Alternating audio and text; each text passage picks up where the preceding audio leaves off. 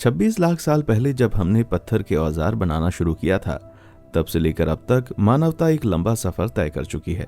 Smartphone और internet जैसे आविष्कारों के बाद ये तो साफ हो चुका है कि अब हम गुफाओं में बैठकर पत्थर नहीं रगड़ रहे हैं, लेकिन आग जलाने या मछली पकड़ने की प्राचीन टेक्निक आज के जमाने में यूज होने वाली टेक्नोलॉजी के सामने कितना दम मार पाती, जानने के लिए बने रहिए मेरे साथ। आग पैदा करने के तरीके। लगभग सभी जानते हैं कि माचिस का इस्तेमाल कैसे किया जाता है। जब पोटेशियम क्लोरेट की नोक को लाल फास्फोरस की पट्टी पर घिसा या रगड़ा जाता है तो इसका कॉम्बिनेशन फ्रिक्शन के कारण 1 सेकंड से भी कम समय में आग पकड़ लेता है। बहुत आसान है ना? हालांकि जब प्राचीन औजारों की बात आती है तो आग जलाने के कई तरीके सामने आते हैं। ये मेथड्स ज्यादातर आग पैदा करने के तरीकों की तरह फायर ट्रायंगल के 3 बेसिक एलिमेंट्स पर डिपेंड करते हैं, जो हैं हीट, ऑक्सीजन और फ्यूल। आप देखेंगे कि इन सिंपल घिसने वाले तरीकों के जरिए पैदा की जाने वाली गर्मी के लिए बहुत मेहनत की जरूरत होती है। एग्जाम्पल के लिए हैंड ड्रिल मेथड सबसे पुरानी फायर मेकिंग तकनीकों में से एक है। इस प्रोसेस में आप अपनी हथेलियों के बीच एक स्पिंडल को फायर बोर्ड के ऊपर दबाने वाले पॉइंट से रोल करते हैं। फ्रिक्शन से गर्मी धीरे धीरे जमा होती है और फायर स्टार्टर से निकलने वाले धुएं पर नजर रखने की जरूरत होती है। जब धुआं दिखाई देने लग जाता है तो इसका मतलब है कि एक गर्म अंगारा बन गया है, जिसका इस्तेमाल सूखी लकड़ी को जलाने के लिए किया जा सकता है। हालांकि एक्सपर्ट्स इसे सरल दिखाने की कोशिश करते हैं, फिर भी इसे शुरू करने में आसानी से 10 मिनट से ज्यादा का समय लग सकता है। माचिस को जलाने में लगने वाले सेकंड के अंश की तुलना में एक लंबा समय है। हालांकि हैंड ड्रिल मेथड एक मजेदार कैंपिंग ट्रिक की तरह लग सकता है। इस आग शुरू करने वाले मेथड की शुरुआत 9000 साल से भी ज्यादा पुराने नियोलिथिक एरा की है। शुक्र है सदियों तक स्पिंडल को रोल करने की कुछ कोशिश करने में हाथों में पड़े छालों के बाद समय के साथ इन तकनीकों में कुछ सुधार हुए हैं। इस तरह के बोर्ड ड्रिल में एक छड़ी से जुड़ी लचीली प्लांट फाइबर रस्सी का उपयोग किया जाता है और लकड़ी के दूसरे टुकड़े के साथ ऊपर की तरफ बांध दिया जाता है। ऐसा करने से स्पिंडल के घूमने पर उसकी मजबूती और स्पीड बढ़ जाती है। पंप ड्रिल में स्पिंडल पर एक काउंटर वेट और स्ट्रिंग अटैचमेंट का इस्तेमाल होता है, जिससे वो और भी तेजी से चलता है। इसका मतलब यह है कि एक हल्के से पुश से स्पिंडल वाइप मोड़ने से पहले जल्दी से एक डायरेक्शन में घूमता है, जिससे बहुत ज्यादा फ्रिक्शन और बहुत तेज और आसान हो जाता है। हालांकि दूसरी फ्रिक्शन तकनीक जैसे कि फायर फ्लो में स्पिंडल या रोलिंग की आवश्यकता नहीं होती। इस मेथड में एक हार्डवुड के शाफ्ट को सॉफ्ट वुड में काटे गए ग्रूव की लंबाई के ऊपर और नीचे रगड़ा जाता है। जैसे जैसे फ्रिक्शन की वजह से टेम्परेचर बढ़ता है, लकड़ी के कारण धूल के कण बाहर आने लगते हैं और चिंगारी निकलती है। दूसरी ओर फायर पिस्टन सबसे पेचीदा pre modern fire lighting technique में से एक है। ये साउथ ईस्ट एशिया में बनाए गए थे और ये लकड़ी के एक टुकड़े पर बेस्ड होते हैं जो एक खोखली छड़ी के आखिर में चिपक जाते हैं। छड़ी को तेजी से एक बड़ी और खोखली छड़ी में डाल दिया जाता है और एक तेल या ग्रीस कोटिंग से एयर टाइट सील बन जाती है। सील बंद हवा के अचानक कंप्रेस होने के कारण टेम्परेचर तेजी से 400 डिग्री फ़ारेनहाइट से ज्यादा हो जाता है, जिससे लकड़ी जल जाती है। स्मार्ट है ना? इसलिए अगर आप भी ऐसे हॉट नॉलेज की तलाश कर रहे हैं तो हाथ बढ़ाकर उन लाइक और सब्सक्राइब बटन्स को हिट कर दो यार। हर दिन मैं इंटरनेट पर सबसे अमेजिंग फैक्ट्स और स्टोरीज को कवर करते हुए गर्मा गर्म नॉलेज आपके लिए लाता हूँ, सिर्फ आपके लिए। अगर इसने आपका ध्यान अट्रैक्ट किया है तो आइए पता लगाते हैं कुछ और भी अमेजिंग प्रिमिटिव टेक्निक्स के बारे में। आदिकालीन पॉटरी। लगभग 9000 साल पहले हमारे पूर्वजों को महसूस हुआ कि हर वक्त सिर्फ पेट भरने लायक भोजन और पानी की जुगाड़ करते रहना जीवन जीने का बहुत अच्छा तरीका नहीं है, तो वो अपने पैरों के नीचे की मिट्टी से कटोरे और घड़े बनाने लगे। इस तरह की पॉटरी आज भी काफी यूज की जाती है, लेकिन आप किसी क्राफ्ट शॉप की मदद से या कोई ट्यूटोरियल या वीडियो देखे बिना ऐसे प्राचीन स्टाइल की पॉटरी कैसे बनाएंगे? सबसे पहले और सबसे जरूरी, अगर आपको बर्तन कंसिस्टेंट शेप में चाहिए तो एक पॉटरी व्हील की जरूरत पड़ेगी। चूंकि आपको जंगल में इसके मिलने की कोई संभावना नहीं है, इसलिए एक पुराना तरीका है जिसमें फ्लैट लाइमस्टोन के बड़े स्लैब और थोड़ी सी ताकत की जरूरत पड़ेगी। फ्लिंटस्टोन जैसे हार्ड रॉक का इस्तेमाल करके 2 छोटे डिवोट्स को सेगमेंट्स में चलाया जा सकता है। फिर रोटेशन के लिए एक छोटा हार्ड स्टोन जैसे कि ये कॉर्ड्स पेबल दोनों के बीच में सफाई से रखा जाता है और इससे एक फिक्स्ड बेस और स्प्रिंग टॉप बन जाता है। गीली या सूखी मिट्टी को जमीन से या नदी के किनारे जैसी जगहों से निकाला जा सकता है, जहां पानी, हवा या भाप के संपर्क से उसमें जरूरी मिनरल्स बनते हैं। मिट्टी को आसानी से पहचाना जा सकता है क्योंकि ये गीली और लचीली हालत में एक साथ मजबूती से चिपक जाती है, और एक बार इसे रफ शेप देने के बाद इसे पॉटरी व्हील पर बनाया जा सकता है। ये पुराने जमाने के बर्तन सिंपल तो दिखते हैं, लेकिन इन्हें बनाने में बढ़िया बहुत मेहनत लगती है। पिछले समय में इंसानों ने सिरेमिक से जुड़ी कुछ चिंताओं को कम करने के लिए इलेक्ट्रिक पार्ट्स व्हील जैसी तकनीकों को डेवलप किया है। इंसानों द्वारा चलाए जाने के बजाय इलेक्ट्रिक व्हील्स को मोटर से चलाया जाता है, जो हर मिनट 240 स्पिन्स और उससे ज्यादा की स्पीड से घूम सकती है। इस फास्ट और कांस्टेंट स्पिन के कारण मिट्टी को एक जैसी मोटाई में ढाला जा सकता है। मॉडर्न मास्टर्स के लिए इसके जरिए एक जैसी शेप्स बनाना आसान हो जाता है। थोड़ी सी गंदगी और पानी के बदले ये बुरा नहीं है ना? कपड़ों की मिल।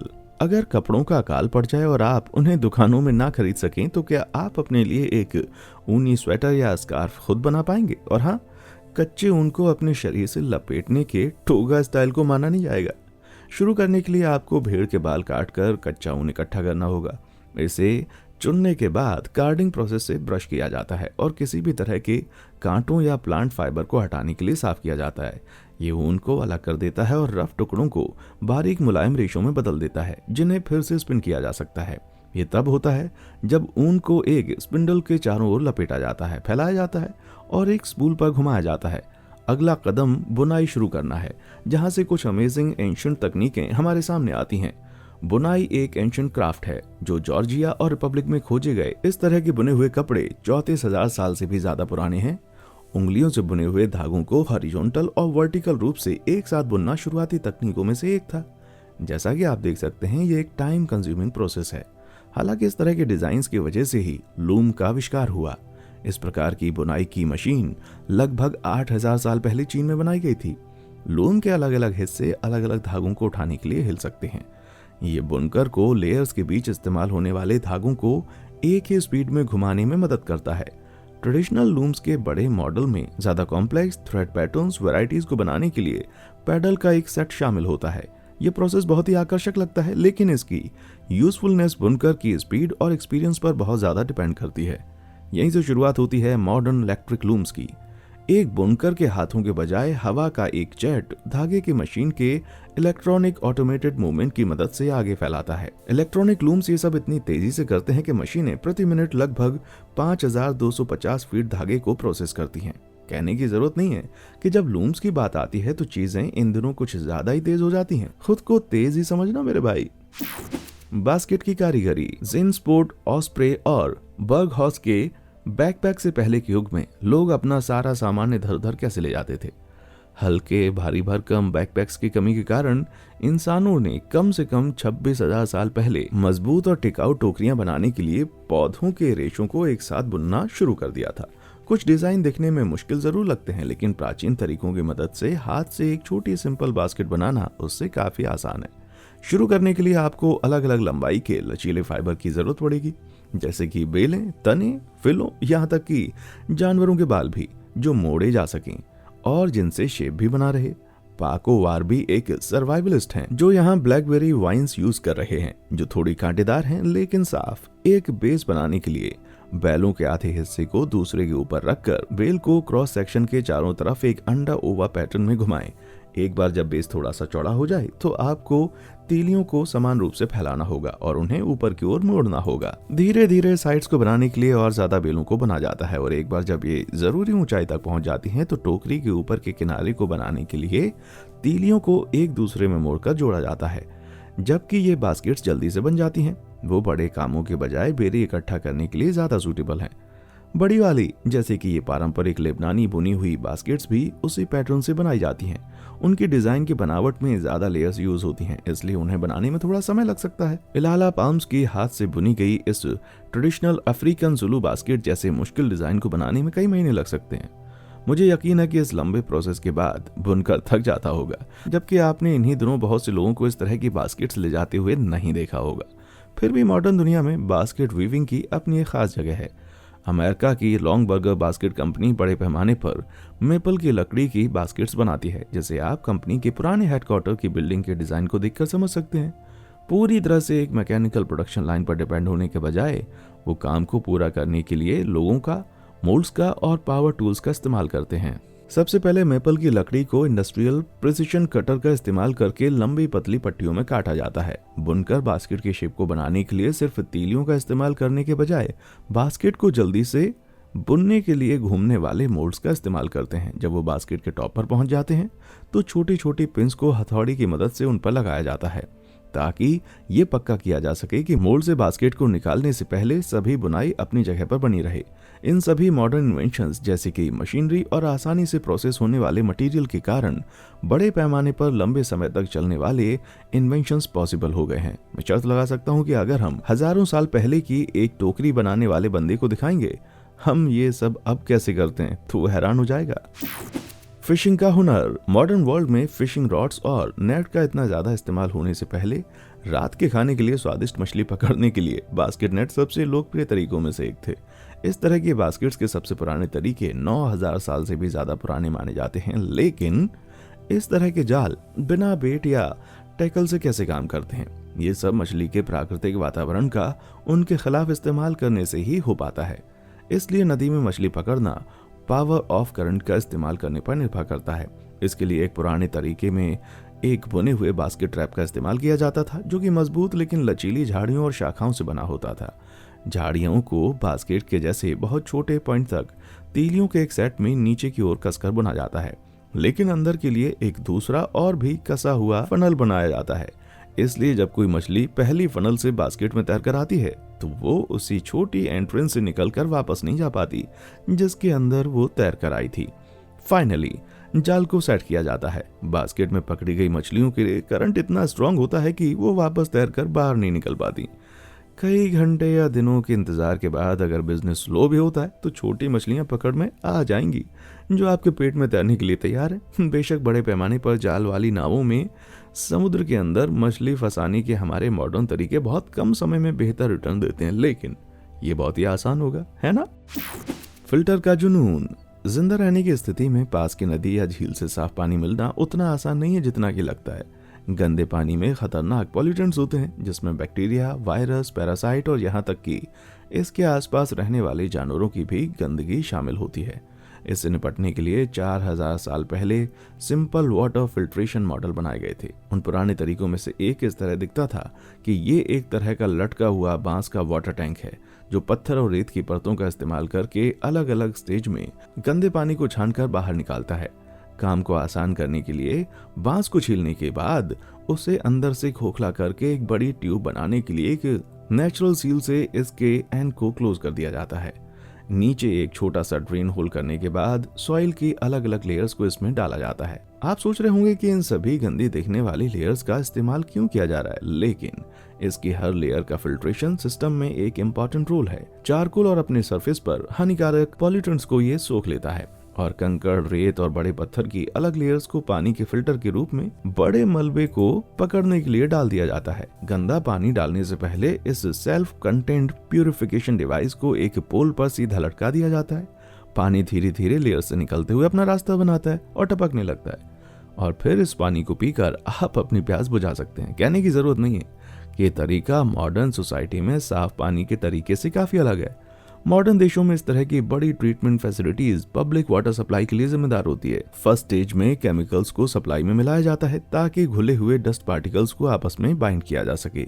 इसे जमावट कहा जाता है और जैसे जैसे गंदगी के कण मोटे और भारी होते जाते हैं वो नीचे डूब जाते हैं और अलग हो जाते हैं। सेडिमेंटेशन प्रोसेस के बाद पानी को और ज्यादा शुद्ध करने के लिए रेत, पत्थरों और चारकोल फिल्टर के जरिए ये फिल्टर होता है।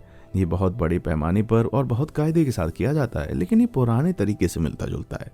सभी वायरस, बैक्टीरिया और कीटाणुओं को हटा दिए जाने के बाद किसी भी बचे हुए कीटाणुओं को मारने के लिए इसमें क्लोरीन डाल दिया जाता है और फिर सारा क्लोरीन हटा दिया जाता है और साफ पानी आपके नल में आसानी से बहकर आ जाता है, जो कि एक प्राचीन युग के आदमी को हैरान कर सकता है। उसे एक गिलास साफ पानी तो पिला दो मेरे भाई।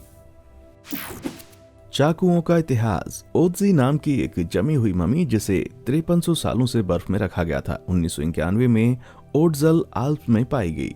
उसके पास से उसका भरोसेमंद चाकू और दूसरे टूल्स मिले जिससे पुराने पत्थर के औजारों के बारे में बहुत कुछ पता चला था। ओत्जी ने अपने चाकू के ब्लेड को फ्लिंटस्टोन से बनाया था, जो टकराने पर पतले नुकीले टुकड़ों में टूट जाता है। फ्लिंटस्टोन के टुकड़े के साथ ओजी ने एक मजबूत लकड़ी के टूल का इस्तेमाल किया था, जिसे एक रीटचर के रूप में जाना जाता है।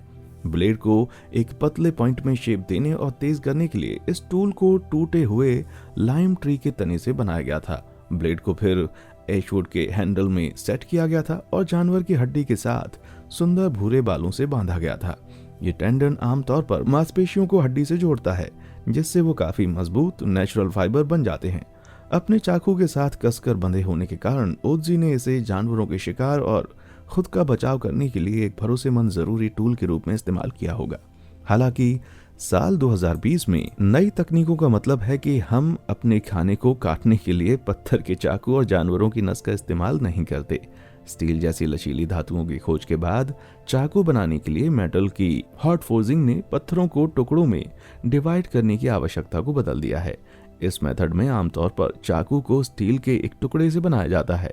कारीगर द्वारा स्टील को भट्टी में 2100 डिग्री फ़ारेनहाइट तक के लाल गर्म तापमान में गर्म किया जाता है। जैसे ही ये गर्म होता है, स्टील लचीला हो जाता है और लोहार इसके शेप को बदलने के लिए इसे पीट कर एक लंबे और फ्लैट पॉइंट में बदल देता है। एक बार जब ये ठंडा हो जाता है तो उसके किनारे को एक तेज ब्लेड से शार्प कर दिया जाता है और इस पर एक हैंडल फिट कर दिया जाता है।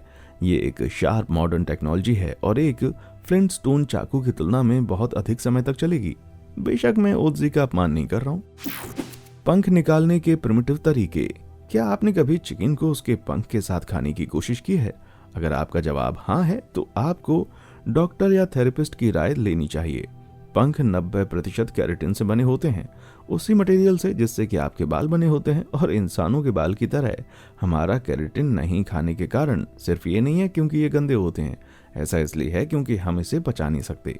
मुर्गियों के पंख निकालने के लिए कई पुरानी तकनीकों में सिर्फ एक बार में पंखों का एक गुच्छा निकालना शामिल है, लेकिन एक स्मार्ट तरीका है जिसे स्केलिंग के रूप में जाना जाता है, जो चीजों को थोड़ा आसान बना देता है। इस तकनीक में बर्ड को 145 डिग्री पानी में सिर्फ आधे मिनट से थोड़ा ज्यादा देर तक डुबाना पड़ता है। ये पंखों के रोम को ढीला कर देता है, जिससे पंखों को निकालना बहुत आसान हो जाता है।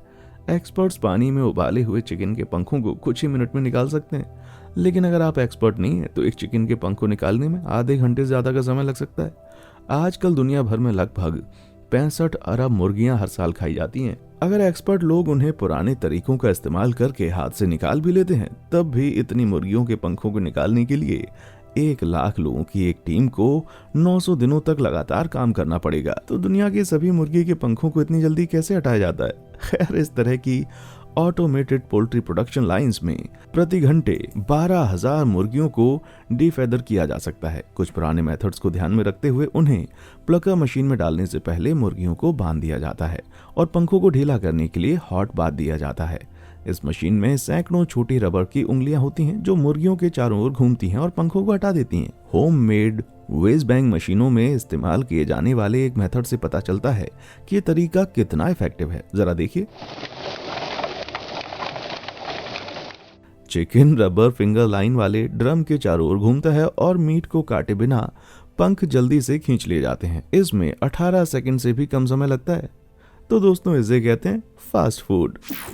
खेत जोतने के शानदार तरीके। लगभग 12,000 साल पहले शिकारियों ने जानवरों को पालतू बनाना और पौधों की खेती करना शुरू कर दिया था। जैसा कि हम जानते हैं, ये ह्यूमन सिविलाइजेशन की शुरुआत के लिए एक महत्वपूर्ण मोड़ था और ये वो पहली बात नहीं हो सकती है जो ह्यूमन टेक्नोलॉजी के बारे में सोचते समय दिमाग में आती है। हल ने इंसानियत के फैलाव में बहुत इंपॉर्टेंट रोल प्ले किया है। हल मिट्टी में खुले ग्रूव बनाते हैं और इसे सीडिंग और प्लांटिंग के लिए तैयार करते हैं और ये फसलों के लिए जरूरी न्यूट्रिएंट्स को भी मिक्स करते हैं। जमीन को जोतना जितना आसान होगा उतना ही ज्यादा भोजन उगाया जा सकता है। पुराने हल जमीन के जरिए हल खींचने वाले जानवरों पर निर्भर करते थे, जिसमें एक बेसिक और सिंपल लकड़ी का हार्नेस यूज किया जाता था जिसे योक कहते थे। एक बैल एक दिन में 1 एकड़ जमीन को जोत सकता था, जबकि विशेष नस्ल के घोड़े जैसे कि बेल्जियन ड्राफ्ट घोड़े हर दिन 1/4 एकड़ की जुताई कर सकते थे। एक्सपेरिमेंटल मोटर प्लो या ट्रैक्टर 20वीं शताब्दी की शुरुआत में आए और खेल को पूरी तरह से बदल दिया। ट्रैक्टर जमीन की जुताई के लिए एकदम परफेक्ट मशीन बन गए, क्योंकि उन्हें स्लो स्पीड पर हाई ट्रैक्शन देने के लिए डिजाइन किया गया था। 1 घंटे में इस तरह के 10 बड़े सिर वाले हल का इस्तेमाल करने वाला ट्रैक्टर लगभग 7.5 एकड़ जमीन जोत सकता है। इसलिए एक नॉर्मल 8 ओवर वर्किंग डे में एक किसान लगभग 60 एकड़ जमीन को क्लियर कर सकता है। इसका मतलब है कि एक ट्रैक्टर एक हफ्ते में उतनी जुताई कर सकता है जितनी कि एक घोड़ा पूरे साल में करता है। मुझे लगता है अपने पुराने दुश्मन को धूल चटाने का ये अच्छा तरीका है मेरे भाई। Smart sandal. नंगे पांव घूमना या तो बहुत ही बहादुरी भरा कदम है या बहुत ही बेवकूफ़ी भरा, और ये सब डिपेंड करता है आपके नजरिए पर। नुकीली चीजें, खतरनाक कीड़े और सभी तरह के जानवरों की गंदगी किसी भी समय आपसे सिर्फ एक कदम दूर हो सकती है, लेकिन हमारे पूर्वज हमेशा नंगे पांव नहीं रहते थे। इस तरह के प्रोटेक्टिव प्लांट फाइबर सैंडल हाथ से जल्दी बनाए जा सकते हैं, और इनके लिए सिर्फ नेचुरल रिसोर्सेज की जरूरत होती है। पहनने वाले के पैर के रफ शेप और साइज को काटने, नापने और मोड़ने से पहले कुछ लचीली तीलियों को ढूंढने से इस प्रोसेस की शुरुआत होती है। इसके बाद कुछ तीलियों को जोड़ा जाता है और दूसरे बेलों के चारों तरफ बुना जाता है। इससे एक स्ट्रॉन्ग फ्लेक्सिबल बेस बनता है जो दबाव पड़ने पर नहीं टूटेगा। फाइनली एक आखिरी बेल का इस्तेमाल एक टॉप स्ट्रैप बनाने के लिए किया जाता है जो पहनने वाले के पैर को बेस तक सुरक्षित रखता है। सैंडल की स्पेशल जोड़ी जरूरी नहीं है कि हमारे पूर्वजों द्वारा पहने जाने वाले डिजाइन से मिलती जुलती हो, लेकिन इस तकनीक की शुरुआत 12,000 साल पहले हुई थी। जंगल में भार उठाते समय इस तरह के प्लांट फाइबर शूज हमारे पूर्वजों के पैरों को क्रैक या कट होने से बचाने के लिए बेहद मददगार थे। हालांकि कपड़ों की दुकानों पर अवेलेबल मॉडर्न फ्लिप फ्लॉप का एक पेयर बनाने की तुलना में प्लांट बेस्ड फ्लिप फ्लॉप की एक जोड़ी बनाना बहुत ही आसान है। इनमें से कई डिजाइन प्लास्टिक फोम से बने होते हैं, जिनमें से मेन मटेरियल को इस तरह के एक कस्टमाइज्ड फॉर्मिंग मशीन की प्री मोल्ड्स के सेट में डाला जाता है। मोल्ड्स के टॉप सेट को फिर नीचे की तरफ कंप्रेस किया जाता है और मिक्सचर को उनके चारों तरफ पूरी तरह से गैल्वेनाइज करने के लिए बहुत दबाव में गर्म किया जाता है। थोड़ी देर के बाद मोल्ड हटा दिए जाते हैं और सैंडल की एक कंप्लीट जोड़ी तैयार हो जाती है। सिर्फ एक सेट ही नहीं, क्योंकि ये मशीनें प्रति घंटे 60 जोड़ी सैंडल तक बना सकती हैं। हम पूरे भरोसे के साथ कह सकते हैं कि जरूरी मटेरियल और मशीनरी तक पहुंच ना होने के कारण हमारे पूर्वज इस प्रोसेस का एक हिस्सा भी पूरा नहीं कर पाते। प्लास्टिक फ्लिप फ्लॉप उनके प्लांट फाइबर काउंटर पार्ट से कुछ ज्यादा खतरनाक असर डालते हैं। हर साल 3 अरब जोड़ी नॉन बायोडिग्रेडेबल फुटवेयर बनाए जाते हैं, जिनमें से कई लैंडफिल और नदियों में आ जाते हैं, जो दुनिया भर के समुद्र तटों को पॉल्यूट करते हैं। एल्गी से बने सैंडल की एक न्यू जनरेशन मॉडर्न तकनीक की बदौलत इस समस्या को हल करने में मददगार रही है। एल्गी जिसे उगाना बहुत ही आसान है और ये एनवायरमेंट फ्रेंडली भी है। जब सूख जाती है और प्रोसेस की जाती है तो एक लचीला मुलायम फोम बना सकती है। इसके बाद इसे सिर्फ शेप देना और काटना ही बाकी बचता है। शायद फुटवेयर का भविष्य ज्यादा नेचुरल रूट को फॉलो करेगा और ये सब हाईटेक प्रोसेसिंग की मदद के बिना नहीं हो पाएगा। अब इसे कहते हैं ना, सही दिशा में एक कदम। ये वीडियो आपके दिमाग में अभी भी फ्रेश है तो मुझे बताएं कि आप किसे ज्यादा पसंद करते हैं, मॉडर्न टेक्नोलॉजी या एंशिएंट टेक्निक को। मुझे नीचे कमेंट सेक्शन में आकर बताएं। और हाँ, देखने के लिए शुक्रिया।